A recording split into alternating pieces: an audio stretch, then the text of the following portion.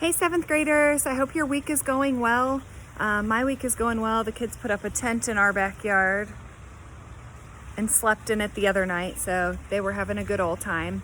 I hope that you read through Red Queen page 154. I'm going to start at the top of 155 and read to the end of chapter 14, and then I'm going to upload the pages so that you can read chapter 15 on your own.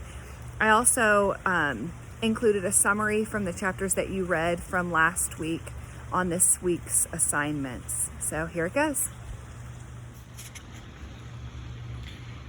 I reach out to hug her, but she pulls away, her eyes on Cal. She seems to be the only one to notice him. Who's that? Flushing, I realize I've almost forgotten him completely. Oh, this is Cal. He's another servant up at the hall with me. Hi, he manages, giving a stupid little wave. Mom giggles like a schoolgirl and waves back, her gaze lingering on his muscled arms. But Dad and my brothers aren't so charmed.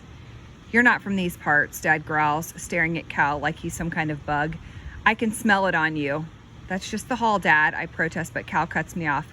I'm from Harbor Bay, he says, making sure to drop his R's in the usual harbor accent.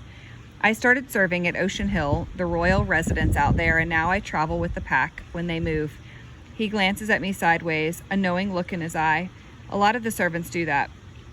Mom draws a rattled breath and reaches for my arm. Will you? Do you have to go with those people when they leave? I want to tell them that I didn't choose this, that I'm not walking away willingly, but I have to lie for their sake. It was the only position they had. Besides, it's good money. I think I've got a pretty good idea what's going on, Bree growls face to face with Cal. To his credit, Cal barely bats an eye at him. Nothing's going on, he says coolly, meeting Bree's glare with an equal fire in his eyes. Mare chose to work for the palace. She signed a contract for a year of service, and that's it. With a grunt, Bree backs away. I like the Warren boy better, he grumbles. Stop being a child, Bree, I snap. My mom flinches at my harsh voice, like she's forgotten what I sound like after only 3 weeks. Strangely, her eyes swim with tears. She's forgetting you. That's why she wants you to stay, so she doesn't forget. Mom, don't cry, I say, stepping forward to hug her. She feels so thin in my arms, thinner than I remember. Or maybe I just never noticed how frail she's become. It's not just you, dear, She looks away from me to Dad. There's a pain in her eyes, a pain I don't understand. The others can't bear to look at her. Even Dad stares at his useless feet. A grim weight settles on the house, and then I realize what's going on, what they're trying to protect me from. My voice shakes when I speak, asking a question I don't want to know the answer to. Where's Shade? Mom crumbles in on herself, barely making it to a chair at the kitchen table before she devolves into sobs.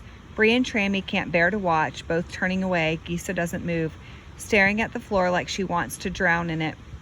No one speaks, leaving only the sound of my mother's tears and my father's labored breathing to fill the hole my brother once occupied. My brother, my closest brother. I fall backward, almost missing a step in my anguish, but Cal steadies me. I wish he wouldn't. I want to fall down, to feel something hard and real, so the pain in my head won't hurt so badly. My hand strains to my ear, grazing over the 3 stones I hold so dearly. The third, Shade Stone, feels cold against my skin. We didn't want to tell you in a letter, Gisa whispers, picking at her splint. He died before the discharge came. The urge to electrify something, to pour my rage and sorrow into a single bolt of biting power has never felt so strong. Control it, I tell myself. I can't believe I was worried about Cal burning the house down. Lightning can destroy as easily as flame. Gisa fights tears, forcing herself to say the words. He tried to run away. He was executed, beheaded. My legs give way so quickly, even Cal doesn't have a chance to catch me. I can't hear, I can't see, I can only feel sorrow, shock, pain, the whole world spinning around me. The light bulbs buzz with electricity, screaming at me so loudly I think my head might split. The fridge crackles in the corner, its old bleeding battery pulsing like a dying heart. They taunt me, tease me, trying to make me crack, but I won't. Mare, Cal breathes in my ear, his arms warm around me, but he might as well be talking to me from across the ocean. Mare! I heave a painful gasp, trying to catch my breath. My cheeks feel wet, though I don't remember crying. Executed. My blood boils under my skin. It's a lie. He didn't run. He was in the guard, and they found out. They killed him for it. They murdered him. I've never known anger like this. Not when the boys left, not when Kaloran came to me, not even when they broke Gisa's hand. An ear-splitting whine screeches through the house. As the fridge, the light bulbs, and the wiring in the walls kick into high gear, electricity hums, making me feel alive and angry and dangerous. Now I'm creating the energy, pushing my own strength through the house, just like Julian taught me. Cal yells, shaking me, trying to get through somehow, but he can't. The power is in me, and I don't want to let go. It feels better than pain.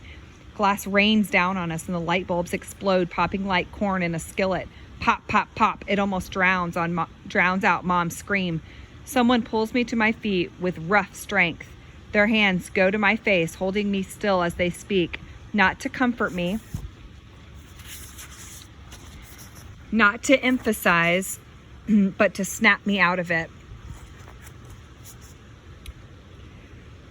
I would know that voice anywhere. Mare, pull yourself together. I look up to see clear green eyes and a face full of worry. Kaloran? Knew you'd stumble back eventually, he mumbles. Kept an eye out. His hands are rough against my skin, but calming. He brings me back to reality, to a world where my brother is dead. The last surviving light bulb swings above us, barely illuminating the room and my stunned family. But that's not the only thing lighting up the darkness. Purple-white sparks dance around my hands.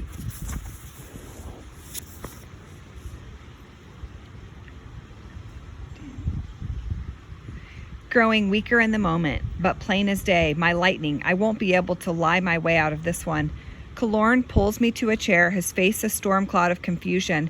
The others only stare with a pang of sadness. I realize they're afraid, but Kaloran isn't afraid at all. He's angry. What did they do to you? He rumbles, his hands inches from mine. The sparks fade away entirely, leaving just skin and shaking fingers. They didn't do anything. I wish this was their fault. I wish I could blame this on someone else. I look over Kaloran's head, meeting Cal's eyes.